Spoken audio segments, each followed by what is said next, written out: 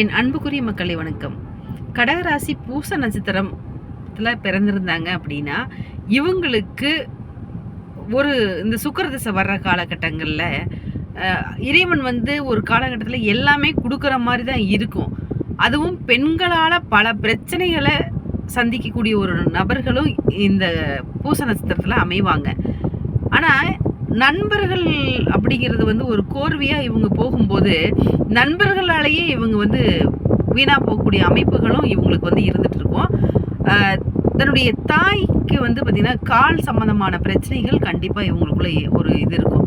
இந்த கடகராசி பூச நட்சத்திரம் அவங்களுடைய வாழ்க்கையில் சுக்கிர திசை அப்படின்னு வந்துருச்சு அப்படின்னா உடல் உபாதைகளும் ஏற்படும். அதே மாதிரி ஆண்டவன் நிறையா கொடுப்பான், எங்கிட்ட இருக்குது ஆனால் இல்லை அப்படிங்கிற மாதிரி ஒரு சுச்சுவேஷன் அவங்களுக்கு ஏற்படும்.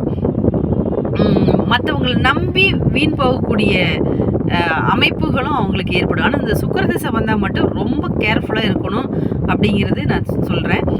இன்னும் இதை பற்றின தகவலை அடுத்த பதிவில் பார்க்கலாங்க.